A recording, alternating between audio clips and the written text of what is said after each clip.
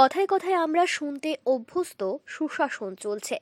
আমাদের এ রাজ্যে দিনের পর দিন সুশাসনের ঠেলায় সাংবাদিক আক্রমণ যেন নিত্যদিনের খেলায় পরিণত হয়েছে। কি অদ্ভুত না? রাজ্যের মুখ্যমন্ত্রী বুক চওড়া করে দাবি করেন গণতন্ত্রের রক্ষক সংবাদ মাধ্যমের কর্মীদের ওপর যাতে কোনো আক্রমণ না আসে তার জন্য সদর্থক দৃষ্টি থাকবে।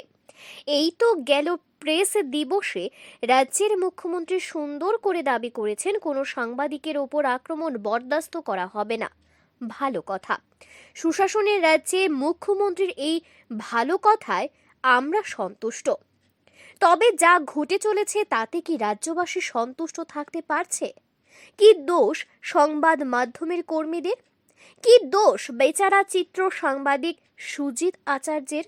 শুধুমাত্র মুখ্যমন্ত্রীর বা সরকারের অভয় বাণীতে বিশ্বাস করে সংবাদ মাধ্যমের কাজ করাটাই কি দোষ? উত্তর আমাদের জানা নেই। কেউ এই উত্তর দেবে কিনা তাও আমরা জানি না।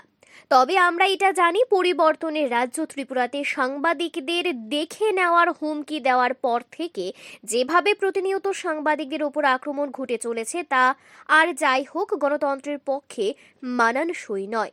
এখানে উল্লেখ করা প্রয়োজন, শহর আগরতলায় রাতের আধারে চিত্র সাংবাদিক সুজিত আচার্যের ওপর আক্রমণের পরিপ্রেক্ষিতে বিভিন্ন স্থানীয় মানুষের তৎপরতায় জড়িতদের আটক করা গেছে।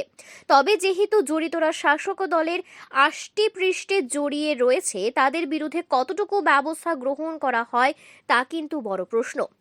আমরা আজকের এই প্রতিবেদনের মাধ্যমে আমাদের সাথী সাংবাদিক সুজিত আচার্যের ওপর আক্রমণের ঘটনাটি নিন্দা জানাই। এর পাশাপাশি প্রকৃত অর্থে সুজিত আচার্যের মতো নিরীহ চিত্র সাংবাদিকের ওপর আক্রমণকারীদের যাতে যথার্থ শাস্তি প্রদান করা হয় তার দাবি জানাই। পাশাপাশি রাজ্য সরকারের কাছে আরও একবার বিনম্রভাবে আবেদন, অনেক হয়েছে, এ কটা বছরে বহু সাংবাদিক আক্রান্তিত হয়েছে, এবার তো ব্যবস্থা গ্রহণ করুন। Bureau report, Tripura news Bangla. একটা প্রোগ্রাম ছিল লাইভ টেলিকাস্ট অনুকূল ঠাকুরের বাইপাসের মনেনগর বাইপাসের, আমরা এটা লাইভ টেলিকাস্ট করছি। পুলিশেরা প্রায় রাত্রি হয়ে গেছে 12টার সময় বসে গেছে, এসে পরে তো আমরা মালটান বুঝাই দিচ্ছে, সেটা আমরা বুঝে দিচ্ছি। আমরা যে দাদা আছে দাদা ফোন করছে, গাড়ি ড্রাইভারকে ফোন করছে, গাড়ি ড্রাইভারে ফোন করছে পরে গাড়ি ড্রাইভারে বলেছে তাল বাহানা করতেছে, আম্মু আইতাছি ইত্যাদি করতে করতে প্রায় আড়াইটা বাজে গেছে।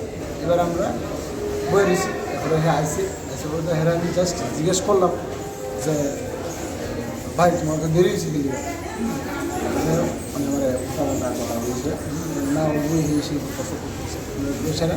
তারপরে দিয়া আমি